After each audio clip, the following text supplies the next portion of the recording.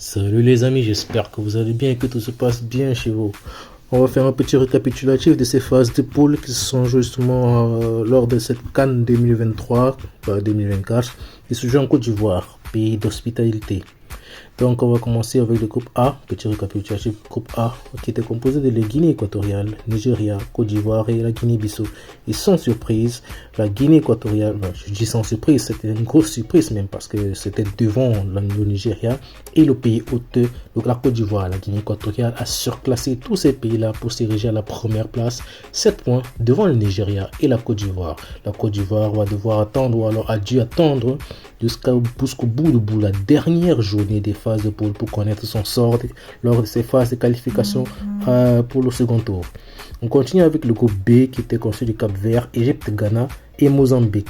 Une fois de plus, une équipe surprenante du Cap-Vert qui a surclassé tout le groupe et s'est érigé à la première place avec 7 points devant l'Égypte, le Ghana et le Mozambique. Ces deux dernières qui sont éliminées de la CAN. On continue alors ici avec le groupe C qui est constitué du Sénégal, Cameroun, Guinée et la Gambie. Sans surprise, cette fois-ci, le champion en titre, le Sénégal, a fait carton plein, 9 points. 3 sur 3, donc 9 points. Suivi du Cameroun, deuxième avec 4 points. Guinée, 4 points. Et la Gambie, 0 points. Gambie éliminée. On continue avec le groupe D qui était constitué de l'Angola, Burkina Faso, Mauritanie et l'Algérie. Et une grosse surprise, c'est pas l'Algérie qui est première. Au contraire, l'Algérie est éliminée de cette CAN avec 2 points. Et c'est la surprenante équipe d'Angola qui s'est érigée à la première place avec 7 points sur eux du Burkina Faso. Et la Mauritanie a pris la 3e place pour se qualifier pour le second tour. On continue avec le groupe E qui est constitué du Mali, Afrique du Sud, Namibie et la Tunisie. Une fois des plus grosses surprises, la Tunisie est éliminée de cette CAN avec 2 points. La Namibie avec 4 points, Afrique du Sud 4 points et le Mali 5 points sont qualifiés pour le second tour. On continue avec le dernier groupe F qui était constitué du Maroc, RDC, Zambie et la Tanzanie. Comme on pouvait l'attendre justement, le Maroc qui justement ici, qui était leader, qui était favori sur le papier, a été favori également sur le terrain. Donc, 7 points. De RDC 3 points, deuxième, et la Zambie, Tanzanie 2 points sont éliminés. On peut voir ici les meilleurs troisièmes. Guinée 4 points, Namibie 4 points, Mauritanie 3 points. Justement, ils ont décroché leurs 3 points après leur victoire contre l'Algérie. Et les 3 points de la Côte d'Ivoire. La Côte d'Ivoire qualifiée grâce à la victoire du Maroc contre la Zambie.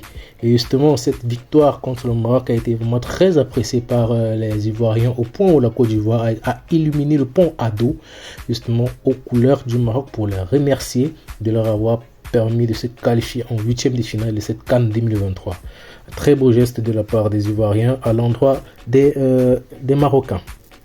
On va continuer avec les meilleurs buteurs de cette CAN jusqu'à présent. On a Emilio Ntoué de la Guinée équatoriale, très surprenant.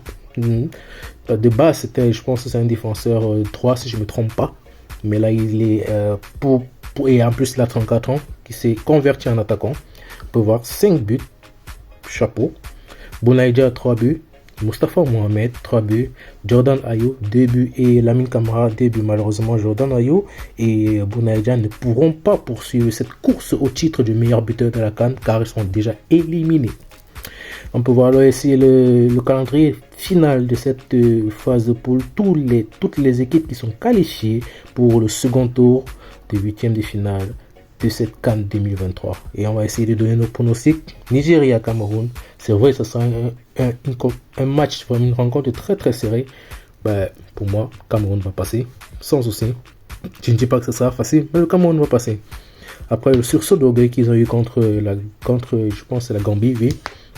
Je pense que ce sursaut d'orgueil sera toujours d'actualité et ils vont s'appuyer sur cela pour pouvoir continuer leur parcours dans cette CAN. On a l'Angola-Namibie. Un match qui sera également aussi très serré, mais je pense que l'Angola peut passer. Cap-Vert, Mauritanie, Cap-Vert, pour moi, Cap-Vert va passer parce qu'elle propose un très beau jeu, donc je pense qu'ils vont passer. Maroc, Afrique du Sud, match aussi serré, mais le Maroc peut passer.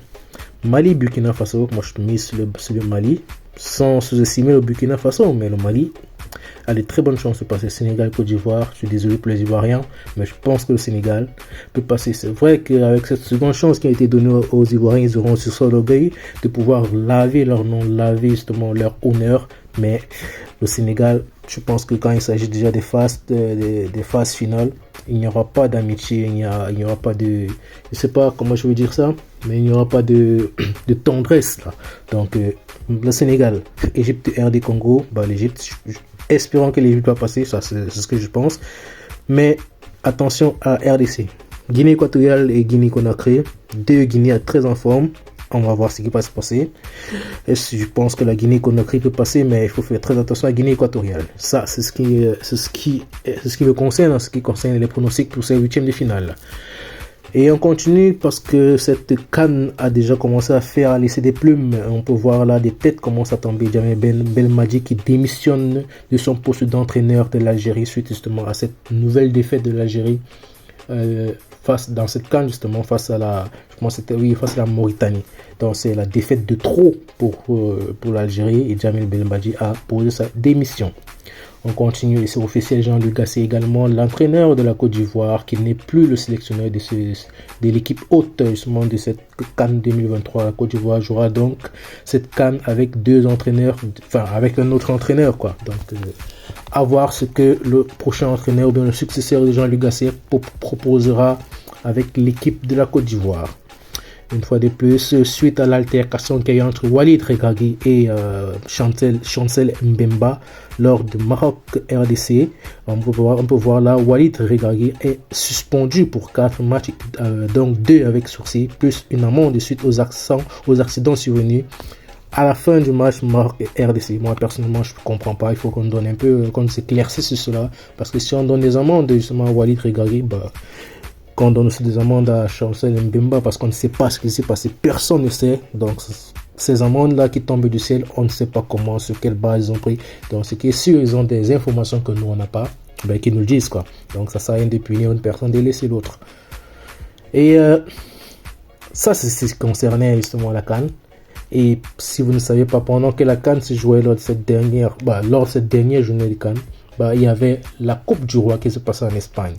Et il y avait une quart de finale, Athletic Bilbao contre le Barça. Et imaginez quoi, l'Athletic Bilbao a, on va dire, étrié le Barça 4-2. Et si vous regardez bien ceux qui ont marqué, il y a un joueur qui était justement en Côte d'Ivoire il y a de cela 3 jours. Il a pris son avion et il est revenu en Catalogne, il est revenu justement en Espagne et il a marqué le but contre le Barça. Une histoire vraiment très drôle.